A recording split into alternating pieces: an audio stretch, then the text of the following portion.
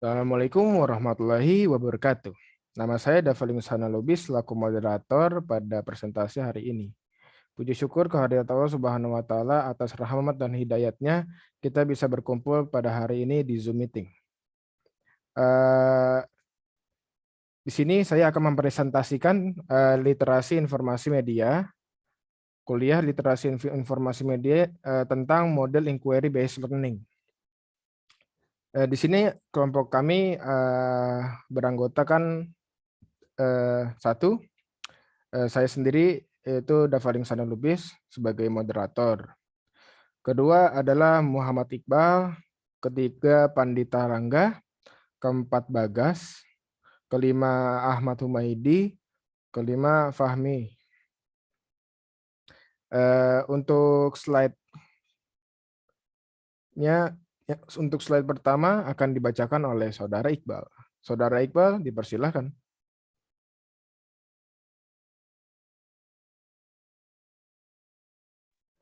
Baik, terima kasih moderator. Saya akan membacakan materi pertama dan kedua.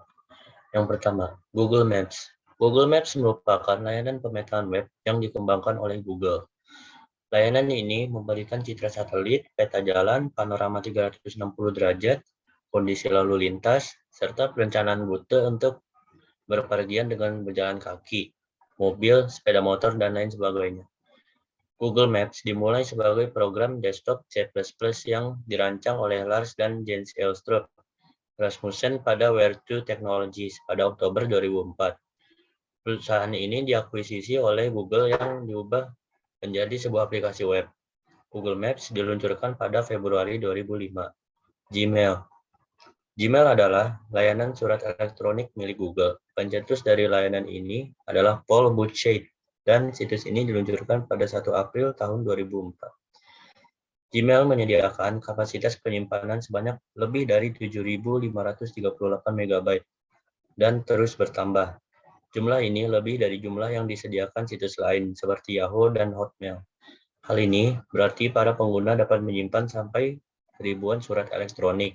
Sampai saat ini, Gmail merupakan email dengan kapasitas terbanyak. Sekian dari saya kembalikan pada moderator. Terima kasih Iqbal. Selanjutnya slide-nya akan dibacakan oleh Saudara Rangga, dipersilahkan.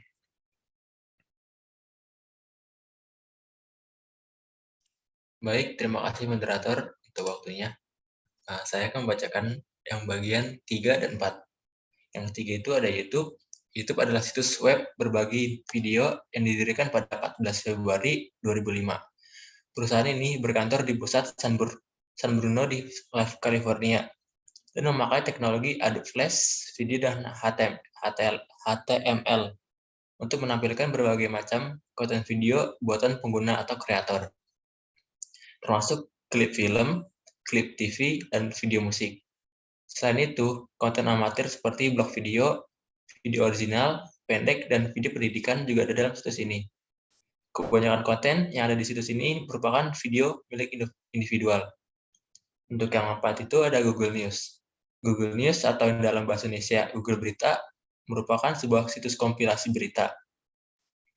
Google News juga menyediakan layanan pencarian berita dengan hasil pencarian berupa berita yang sesuai dengan kata kunci. Berita yang muncul di baris pertama, hasil pencarian adalah berita yang paling banyak dan dibaca dan paling terbaru. Meski berita-berita sudah diseleksi secara otomatis, tetapi situs berita yang muncul dalam layanan ini dipilih secara manual oleh pengguna. Google News juga menyediakan fitur News Archive Search untuk mencari berita-berita yang lama. Baik, terima kasih dari saya. Kembalikan kepada moderator. Baik, terima kasih Saudara Rangga. Selanjutnya akan dibacakan slide-nya oleh Saudara Bagas. Saudara Bagas, dipersilahkan.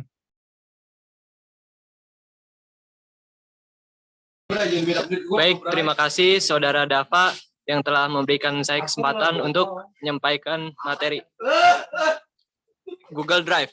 Google Drive adalah sebuah aplikasi layanan berbasis storage yang dibuat oleh Google yang dapat digunakan untuk backup dan menyimpan file-file dalam skala besar. Kapasitas Google Drive adalah 15 GB dan dapat ditingkatkan dari 100 GB menjadi 30 30 TB. Google Calendar. Google Calendar adalah layanan kalender online gratis yang dapat diakses melalui browser atau aplikasi smartphone.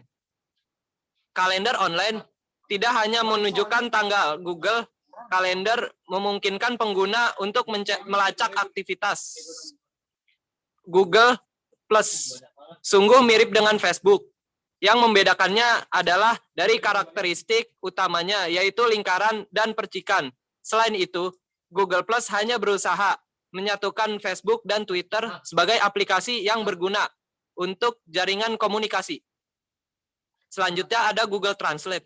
Google Translate merupakan jaringan yang Google ciptakan sebagai layanan atau web yang membantu pengguna untuk mengubah dari satu bahasa ke bahasa yang lain. Sebagian bahasa yang Google Translate sediakan, pengguna diharuskan memberikan arti alternatif untuk meneruskan penggunaan. Ya, mungkin itu saja yang dapat saya sampaikan. Selanjutnya akan saya kembalikan ke moderator. Baik, terima kasih untuk Saudara Bagas atas pemaparan materinya. Habis ini pemaparan materinya akan disampaikan oleh Saudara Huma. Saudara Huma, dipersilahkan.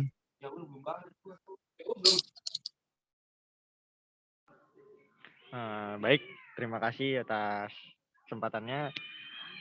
Selanjutnya adalah Google Photos. Google Photos yaitu aplikasi penyimpanan foto online yang berbasis awan atau cloud. Aplikasi ini menawarkan beberapa macam fungsi menarik dan penggunaan yang mudah. Setiap foto yang kita simpan di handphone, Android atau iOS, akan secara otomatis dipindahkan ke cloud dan langsung bisa diakses di berbagai gadget Android atau iOS yang menggunakan akun kita masing-masing. Setelah Google Foto dipasang, lalu apakah kapasitasnya mencukupi? Pengguna tidak perlu khawatir apakah seluruh foto muat di Google Photos karena Google memberikan kapasitas yang tidak terbatas.